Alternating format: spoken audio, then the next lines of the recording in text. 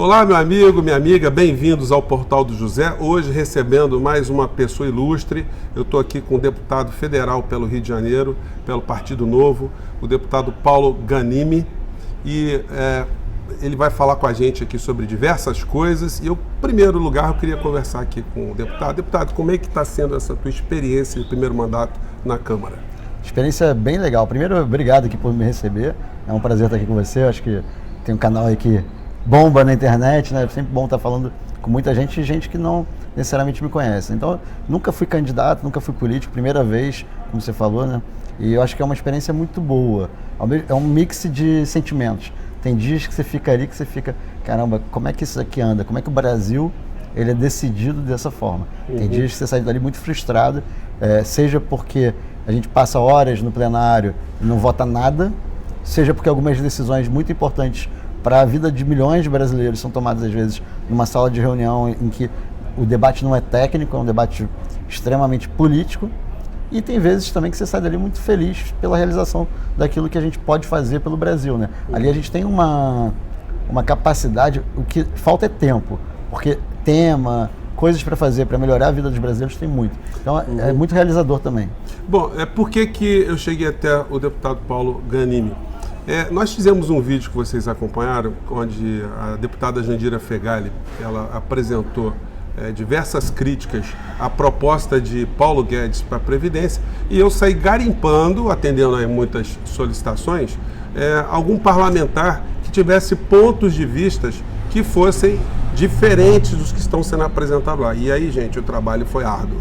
E quando eu saí procurando a nominata de deputados aqui no Rio de Janeiro, quem é que tinha alguma qualificação para falar sobre reforma da Previdência e outros assuntos, o negócio ficou complicado. Aí, com muita pesquisa, cheguei ao deputado Paulo Ganimi e ele gentilmente está vindo aqui conversar com vocês, conversar comigo aqui sobre alguns aspectos. Então, eu vou partir para alguns... Até queria pegar a opinião do deputado sobre uma questão que está mobilizando o Brasil hoje, que é essa coisa da Intercept, das informações do processo que o então juiz Moro e agora ministro Moro atua. Como é que o senhor está vendo essa questão lá dentro do Congresso? Qual a expectativa que o parlamento está tendo do desfecho dessa história? Pois é, eu achei até no dia que isso veio à tona, que foi às vésperas a gente ter uma votação muito importante ali, que era aquela votação para liberar 248 bilhões para o governo poder gastar esse ano, que aquilo ali fosse mudar o panorama político ali da Câmara. E não teve muito impacto não, tá? Achei que, claro que é falado, alguns parlamentares trazem isso à tona, né? Teve convite para o Moro e para o próprio Glyn vir à Câmara para falar, mas a repercussão, ou pelo menos o impacto político do andamento das coisas na Câmara não foi tão relevante quanto eu imaginava. A gente achava que na terça-feira seguinte ao que aconteceu, que tudo fosse parar e que o assunto fosse só ser o juiz Sérgio Moro, o ministro Sérgio Moro agora, e o caso da Intercept. Mas não, o negócio está seguindo e aquilo aí não gerou nenhuma desaceleração na reforma da Previdência ou qualquer outro tema. O senhor tem algum palpite que vai dar essa história? Eu, sinceramente, acho que não vai dar em nada. A menos que alguma informação nova surja, né? O que eu acredito, né? Primeiro, Lava Jato é uma coisa e o ministro agora, Sérgio Moro, é outra coisa, né? Claro que os dois estão muito conectados, a gente sempre associou os dois nomes, né? Assim como também o Dallagnol também, mas o ponto é o seguinte, tudo que foi feito na Lava Jato até hoje foi provado, foi para a segunda, para a terceira instância, então assim, não dá muito para colocar em xeque a Operação Lava Jato, independente do que for visto ou foi feito pelo ministro Sérgio Moro. Agora, eu acredito sim, a gente acredita na instituição e eu valorizo muito que cada um respeite o seu papel. O que foi mostrado até agora, eu acho que não coloca em xeque a reputação do ministro. Mas, o deputado não tem bola de cristal, eu fiz aqui a saia justa com ele só para saber se depois o senhor vai acertar, o que vai acontecer. Porque não é difícil quando eu pergunto sobre impressões, são impressões. Isso, impressões. Agora, se daqui a pouco sair alguma outra informação, alguma outra conversa que mostre que ele agiu de forma mal intencionada, aí realmente eu acho que tem que ser separado as coisas. Mais uma vez, não é a Lava Jato ser colocada em xeque, mas sim o próprio ministro. Mas por enquanto eu acho que não tem nada que o desabone. Tá. Vamos agora voltar para a Previdência, vamos retomar esse assunto. Esse projeto de emenda constitucional relacionado à Previdência já é um projeto que sofre algumas alterações desde o governo Temer, que está se colocando a Previdência como o principal problema econômico brasileiro. O senhor também comunga dessa tese? Vamos lá, eu diria o seguinte, se a gente for pensar de forma estrutural, não é a Previdência o principal problema econômico. Eu compararia o seguinte, é como se você tivesse, está doente, está tendo uma hemorragia, está sangrando. A Previdência é isso, é curar, a reforma da Previdência é curar essa hemorragia. Você não pode melhorar, tentar fazer uma musculação, uma ginástica para estar pronto para uma maratona, sem antes você curar a sua doença. Então a reforma da Previdência é isso, é você estancar a hemorragia, garantir que você está com uma saúde correta, né? E depois, com uma reforma tributária, com a desburocratização, abrir o mercado, privatizar, tudo isso vai fazer com que o país tenha mais musculatura para crescer. Então, a reforma da Previdência ela não é a mais importante, ela é a mais urgente. Uhum. Deputado, por que não se toca sempre, quando se fala nos problemas econômicos do Brasil, a questão da dívida pública? Porque quando a gente olha o orçamento da União, a gente vê que muito mais recursos do que a Previdência são consumidos com o pagamento de juros da dívida. Por que isso não entra também como uma pauta? Mas é a pauta. A reforma da Previdência está aí, entre outras coisas, para garantir que a gente tenha dinheiro em algum momento para pagar essa dívida. Não dá para você dar calote, né? O Brasil já pensou, já cogitou a moratória, o calote da dívida, como a Argentina, como a Grécia também, né? A Grécia fez isso e o que acontece? É pior ainda para o país, né? Quando você pega dinheiro emprestado, seja eu, seja você, seja o país, você tem que pagar. Você pode discutir se aquele montante que a gente está pegando, ele foi empregado da forma devida. Mas o caso aqui é o seguinte, enquanto você não tiver superávit primário, que é o quê? Você gastar menos do que você recebe, para você poder pegar esse dinheiro e pagar a dívida, o que está acontecendo no Brasil é o contrário. A cada ano a gente tem déficit, e esse déficit ele é usado como? Como é que você consegue superar esse déficit? Pegando mais empréstimo. Então, quando o governo não conseguir ter um ajuste fiscal, ou seja, equilibrar essa conta entre aquilo que ele recebe e daquilo que ele paga, ele vai continuar aumentando a sua dívida. Uhum. E a dívida do Brasil hoje, que já está em cerca de 80% do PIB, ela vai ser cada vez maior. E ter dívida não é o problema, todo país tem dívida. O problema é a sua capacidade de pagar essa dívida. E o problema todo é que quando essa dívida chega em um determinado tamanho, a capacidade de pagar ela não existe. E quando você tem uma dívida muito alta, que é o caso do Brasil, você também impacta o quê? Os juros. Os juros que eu pago, que você paga no cartão de crédito, no cheque especial, quando a gente compra uma casa, um carro ou qualquer outra coisa, geladeira, esses juros eles são diretamente impactados pela dívida da União. Por quê? Quem pega mais dinheiro emprestado hoje no Brasil? É o governo federal. Uhum. Quando ele pega muito dinheiro emprestado, tem dois efeitos. Primeiro, sobra pouco dinheiro para o cidadão ou para o empreendedor poder pegar dinheiro. E o segundo efeito é o quê? Essa capacidade dele pagar a dívida diminuir cada vez mais, porque quanto mais dinheiro, mais dívida, como a gente, né? Se você está endividado, uma hora você vai quebrar. Pois é, mas aí a gente vê o receituário das políticas econômicas no Brasil, desde antes de Fernando Henrique Cardoso, a gente tem uma coisa meio linear. Mesmo nos governos do PT, nós tivemos políticas econômicas, quando a gente teve o presidente do Banco Central, Meirelles, que era um homem do mercado, e por aí vai. O receituário que a gente adotou de privatização, enfim, que é considerado neoliberal, ele não ajudou muito, porque nós estamos, depois desse processo Vamos começar com uma questão que é importante corrigir. Neoliberal não existe, tá? É liberal. Esse negócio de neoliberalismo é coisa... O que é o neoliberalismo? Também quero saber. Isso é coisa inventada por quem é contra o liberalismo. Não existe neoliberalismo. Neoliberal, que tem até gente brinca, aquele personagem do Matrix, que é o neo, né, liberal. Sim, sim. É a única coisa que eu conheço como neoliberal, porque neoliberal não existe. Existe liberal. Nós somos liberais. Também não existe ultraliberal. O liberal é liberal. Igual não existe ultra-socialista. Socialista é socialista. Sim. Né? O neossocialismo... O que existe são matizes, né? Gente que é considerada assim, eu sou liberal... Existe o liberal tudo, ortodoxo, né? existe... assim. Agora, o neoliberal é termo que se usa para criar uma denominação pejorativa do liberalismo. Né? Então, assim, a gente é liberal. E o que foi feito no passado, uma grande diferença que a gente vê é o seguinte, por exemplo, o governo do PSDB, né, do Fernando Henrique Cardoso, ele não era um governo liberal. Ele necessitou privatizar por uma questão de caixa, por uma questão fiscal e financeira.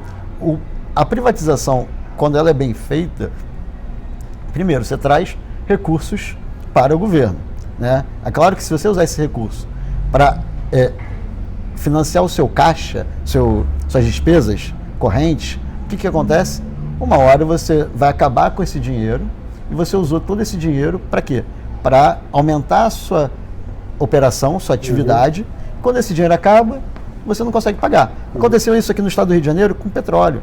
Né? Não era privatização, mas os royalties do petróleo foram usados em muitas cidades, inclusive aqui no estado, para aumentar a máquina pública. E aí o que acontece com isso? Quando você aumenta a máquina pública por uma receita que ela é pontual ou ela tem uma limitação de tempo, né, que é o caso do royalties, né, a gente sabia que em algum momento o preço do barril do petróleo iria diminuir, que os royalties ou iriam acabar ou iriam diminuir, você chega no momento que você não consegue pagar a conta, porque sua receita diminui e sua despesa se mantém constante. Então você tem que pegar essa privatização e usar para investimento, para você poder gerar outras receitas para o governo, como? Com imposto, né? Não aumentando a alíquota, não aumentando o impacto fiscal, mas sim com a mesma estrutura tributária, né, com o crescimento da economia, né, diminuindo os gargalos econômicos produtivos no Brasil, né, de infraestrutura, por exemplo, que é um grande problema, ou gerando saúde, segurança, educação.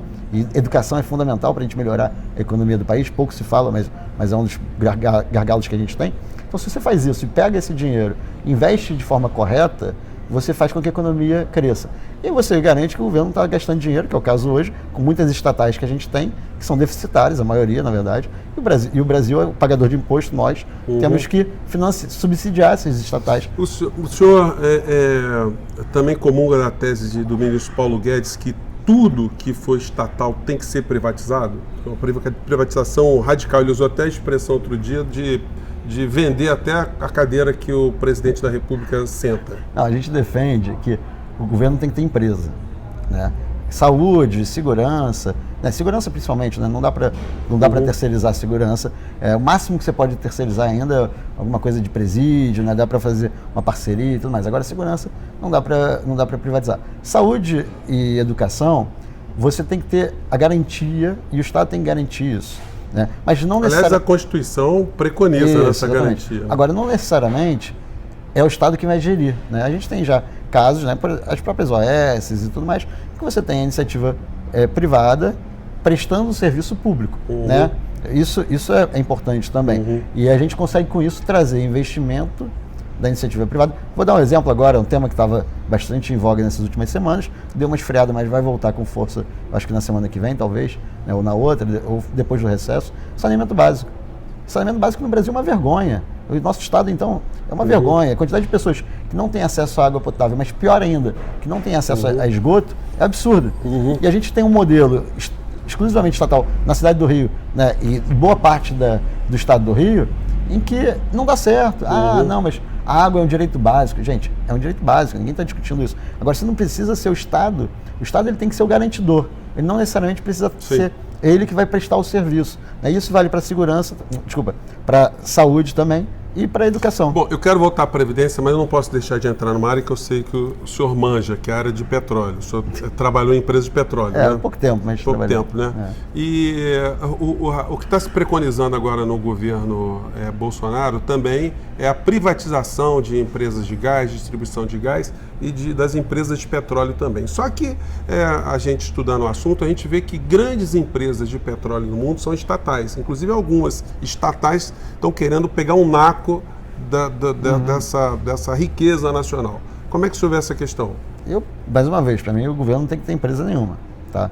E se o governo é dono da empresa, ela tem que ser superavitária, ela tem que ser eficiente, que não é o caso no Brasil. Né? Então, muitas vezes a gente fala assim, mas em outros países estão reestatizando o saneamento ou outra coisa. Gente, primeiro eles resolveram os problemas básicos do país.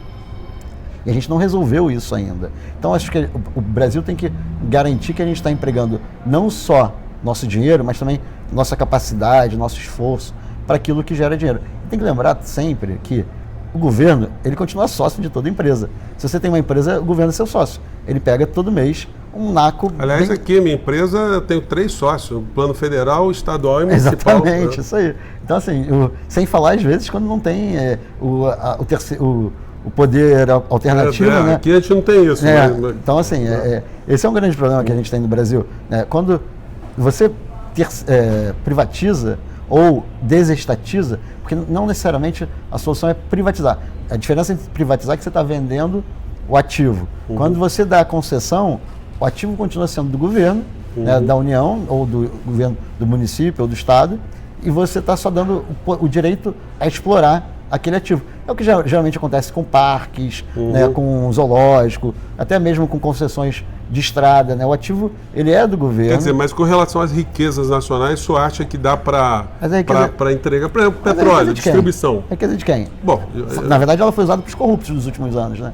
Esse é o ponto. Quem é que Sim, ela foi utilizada para esse, quer dizer, ela foi usada de forma distorcida, mas quando o Getúlio começou a criar esse negócio lá atrás, os militares, que era uma série de estatais, ela era voltada para um pensamento de se fazer do Brasil uma nação soberana. Sim. Assim como outras nações conseguiram fazer. Mas olha só, mas o ponto é esse, se você consegue...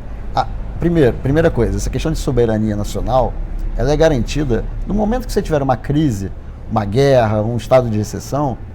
O governo chega lá e fala, meu amigo, como já fez em outros países, como a própria Petrobras perdeu refinaria fora do Brasil, dessa forma, no dia que o governo fala, olha, estamos num estado em que o Brasil precisa garantir a soberania dos seus poços de petróleo por uma questão de segurança nacional, ele chega para a empresa que for e fala, olha, obrigado, vai lá, tchau, porque a gente vai pegar isso de volta. Isso não vai deixar de existir, esse direito sempre vai existir. O ponto todo é que você não dar o direito de outras empresas, outra entrada de capital importante no Brasil, você pegar esse dinheiro, usar devidamente, e mais, como eu falei, você melhora a eficiência, melhora a concorrência, a competição. No caso do gás, a gente não está falando só do gás e até do petróleo, mas o gás especial, que é um tema que está na moda agora, não é necessariamente privatizar, né? Você permitir a entrada de outras empresas nesse mercado. Esse é um ponto que a gente está falando agora bastante. Eu, inclusive, apresentei um projeto de lei substitutivo à lei do gás, que é justamente para você permitir que outras empresas entrem nesse mercado. Né? Então, não é necessariamente o ativo que existe, ele às vezes pode até continuar existindo, sendo da companhia estadual de gás ou de outras companhias, mas se permite a entrada de outros players, outros atores nesse mercado. E pensar o seguinte, o que é estratégico? Estratégico, para mim, é você ter um país que tem saúde, segurança, educação para todo mundo, que as pessoas tenham dignidade, principalmente, né? O resto todo, ele só está sendo estratégico para quem nos últimos anos todos? Para os corruptos. Esse é o ponto. E não adianta a gente sonhar, mas isso foi usado de forma indevida. Desde quando é assim? Desde sempre, né? Porque não adianta você achar que no modelo atual, na cultura atual brasileira, você vai conseguir garantir isso. Porque mesmo que não seja uma corrupção direta, do cara pegar o dinheiro e botar no bolso dele, ele está usando aquilo ali para alimentar a base política dele, ele está usando aquilo ali para servir de cabide de emprego para algum benefício próprio. Às vezes não tem nem... Bom, mas desculpe interromper, deputado, mas esse tipo de desvio não está... A gente não está livre dele, nem empresas absolutamente privadas. Né? O que a gente pode ter aí é uma migração dos operadores. Porque quando a gente pega, por exemplo, a economia norte-americana, se fala assim, muito de livre mercado, a gente sabe que... Estava lendo no Anchon, acho que outro dia, ele está dizendo o seguinte, que não tem livre mercado nos Estados Unidos, porque as leis feitas tanto pelo Partido Republicano como pelo Partido Democrata são feitas a mando das grandes corporações, que vão regulando ali o que pode, o que não pode, o que pode proibir, o que pode... Então, quer dizer, nós temos uma visão tanto ou quanto romântica de livre mercado. Livre mercado no Brasil, por exemplo, é complicado também. Não, mas olha só, vamos lá. Eu tenho livre mercado porque o camelô, ele vende ali na minha porta e está na competição direto, né? Mas pensa o seguinte, se os Estados Unidos não é livre mercado, que eu concordo contigo, né, hoje você não tem nenhum país do mundo a deputada está concordando aqui com alguém que é chamado de esquerdista, hein? Tá frito, hein, deputado? Não, sem problema. A gente não tem nenhum país do mundo em que a gente tenha, de fato, um livre mercado. Agora, se você botar numa ótica de livre mercado, numa ótica em que o Estado é grande, né, Estado nacional forte, como é o Brasil está aqui, os Estados Unidos está aqui. A gente tem muito caminho ainda para chegar perto de onde estão os Estados Unidos. Então, assim, não estou dizendo que os Estados Unidos seja um exemplo do livre mercado, mas se você for empreender lá nos Estados Unidos, se for empreender aqui no Brasil, o nível de dificuldade é completamente diferente. Se você olhar os rankings, por exemplo, o ranking Doing Business, né, que é o ranking do Banco Mundial, de como se fazer negócio, a gente está entre os últimos do mundo, né, porque a gente está muito longe de uma facilidade plena de fazer negócio no Brasil. Gente, eu agarrei aqui na prosa aqui com o deputado, já desviei tudo aqui, eu queria falar de reforma da Previdência, ele já deu umas pinceladas, eu quero voltar aqui a uma questão. Deputado, o ministro Paulo Guedes diz que a economia para os cofres públicos seria em torno de R$1 trilhão. Mas tem uma coisa aí que virou uma caixa preta na reforma da Previdência, que é o tal custo de transição, que se afirma também que vai ser mais ou menos em torno de R$1 trilhão. Então, como é que essa conta aí vai ter, tem alguma racionalidade? Então, vamos lá. O custo de transição que a gente está falando é para o modelo de capitalização, que nesse texto que foi apresentado pelo relator, o Samuel Moreira, ele tira a capitalização, deixa a capitalização fora dessa reforma. O custo de transição para a capitalização realmente é algo em torno de R$1 trilhão, tem gente que fala que são 800 bi. O que ficaria elas por elas. Mas uma das razões da gente fazer essa reforma é porque a gente precisa em algum momento, né, mas só uma coisa que eu acho que é importante falar. O modelo de transição ele não estava ainda dado, né? A gente ainda não sabe ainda qual seria esse modelo de capitalização que o governo estava propondo. Por quê? Você tem um modelo de... Só um parênteses, deputado. Morreu isso não, ou você acha que pode voltar? Eu espero que volte. Podem voltar com isso aí na frente. É importantíssimo que volte. A gente tem, inclusive, um comprometimento do próprio presidente da Câmara, o Rodrigo Maia, que se não voltar nessa PEC, na PEC 06/2019, que a gente apresente uma outra PEC para discutir o modelo de capitalização. Porque tem que pensar o seguinte, o modelo atual, que é o modelo de repartição, que hoje quem está trabalhando, está pagando a aposentadoria de quem está aposentado hoje, ele não se sustenta no longo prazo. A gente não tem como manter esse modelo para sempre. É um modelo de pirâmide em que, como a característica demográfica do Brasil está mudando, ou seja, o Brasil tinha muito jovem e pouco idoso, né? Porque quando você começa a aumentar a expectativa de vida e, ao mesmo tempo, diminuir a taxa de natalidade, cada família hoje tem muito menos criança que tinha antigamente, é natural que essa capacidade das novas gerações pagarem a previdência daqueles que estão aposentados, ela acaba. E ela está cada vez mais se acelerando nesse sentido.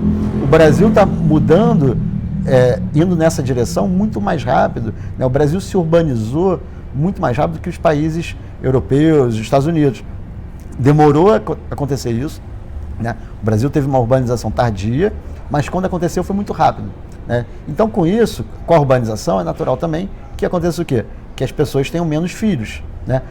Soma-se também ao fato de que tem muita gente desempregada, a economia está mudando, não só tem o desemprego, mas também tem pessoas que estão indo para empreender, ter sua MEI, que às vezes são pessoas que não contribuem mais com a Previdência. Então, o modelo atual em que eu garanto a aposentadoria de quem está aposentado e eu torço para que os jovens de amanhã garantam a minha aposentadoria, ele não funciona mais. Inclusive, se for ver, nas previdências privadas, previdências complementares, por exemplo, Banco do Brasil, Correios, tudo mais, elas migraram de um modelo, há 15 anos mais ou menos, 10, 15 anos atrás, elas mudaram de um modelo de repartição, que é o nosso modelo da Previdência Social, para um modelo de capitalização. Exatamente isso que a gente está falando agora. E não foi nenhum drama isso, essa mudança. Porque é o normal, a aposentadoria é minha e eu tenho que garantir a minha aposentadoria, eu não tenho que garantir a sua. A solidariedade ela tem que existir sim, para aqueles necessitados, para aqueles que você não precisa, eu não vou pagar a sua. Agora, poxa, você não consegue garantir a sua aposentadoria, a gente vive em sociedade, então aí sim, eu vou contribuir para a sua. Deputado, para a gente terminar, que já estamos com um tempinho em cima, os deputados, de uma maneira geral, eles estão inteirados desse assunto? Ou o senhor acha que eles estão acompanhando a orientação de bancada? Dá para discutir esse assunto tecnicamente lá no Congresso? Eu acho que está cada vez mais, a gente vê como o tema foi avançando na Comissão Especial da Reforma da Previdência, as pessoas começaram a se inteirar um pouco mais. Mas é claro, a gente está falando aí de 513 deputados e não tem isso tudo de membros da comissão. Então acho que tem um grupo que são os membros da comissão, talvez mais alguns que se interessam pelo tema, que estão inteirados, mas você tem lá uma grande maioria que não conhece no detalhe. O que é importante, eu acho que as pessoas entenderem, é que é um tema, previdência, nunca é um tema saudável, nunca é um tema bacana de se discutir. Sim. Porque sempre que você falar de reforma da Previdência, todo mundo vai pagar um pouco mais e por mais tempo. Não tem como escapar disso. A reforma da Previdência não vai no sentido contrário. A gente está vivendo mais, está tendo uma expectativa de vida cada vez maior. Então, eu vou viver mais, eu espero, você também. Então, a gente tem que bancar, garantir mais dinheiro, mesmo na capitalização, mesmo que a Previdência seja individual. Se eu vou viver mais anos depois que eu me aposentar, eu tenho que contribuir mais enquanto eu estou trabalhando. Né? Então, quando a gente está falando isso da população como um todo, também. Então, Previdência nunca é um tema gostoso de se discutir. Então, é importante que as pessoas entendam que, se você não discutir a reforma da Previdência agora, o Brasil quebra. A gente hoje gasta 59% do orçamento da União com a Previdência e o resto, quase todo, gasta com funcionalismo público. Então, essa é outra reforma que a gente tem que fazer depois, a reforma do Estado. As pessoas têm categorias que ganham mal e que têm que ganhar melhor, mas tem muita categoria que ganha muito e tem que ganhar menos, e as pessoas não podem chegar no topo da carreira tão rápido quanto acontece hoje. A gente tem que ter um plano de carreiras melhor no Estado, para que a gente consiga garantir o seguinte, olha, hoje 80% do orçamento da União vai para previdência e salário. O que sobra para investimento? Quase nada. O que sobra para investir em saúde, segurança, educação? Quase nada. Se a gente não tiver coragem hoje de ser impopular, mas garantir uma reforma para o nosso país, que vai fazer com que as pessoas tenham no futuro saúde, segurança, educação e até previdência também, o país quebra, o país para. Então, é fundamental isso. Gente, olha, vocês não precisam concordar com o deputado, eu também não estou aqui para ficar fazendo sabatina, eu quis apenas trazer um ponto de vista de uma pessoa qualificada para o debate, e eu tenho certeza que eu vou conseguir trazer o deputado novamente aqui para conversarmos. Ele é de um partido novo, tem ideias novas também, a gente vai falar certamente de muitos assuntos políticos aqui do Brasil. Deputado, te agradeço. Eu que agradeço, obrigado, é um prazer. Obrigado. Até a próxima. Obrigado. Tchau, gente. Tchau, tchau.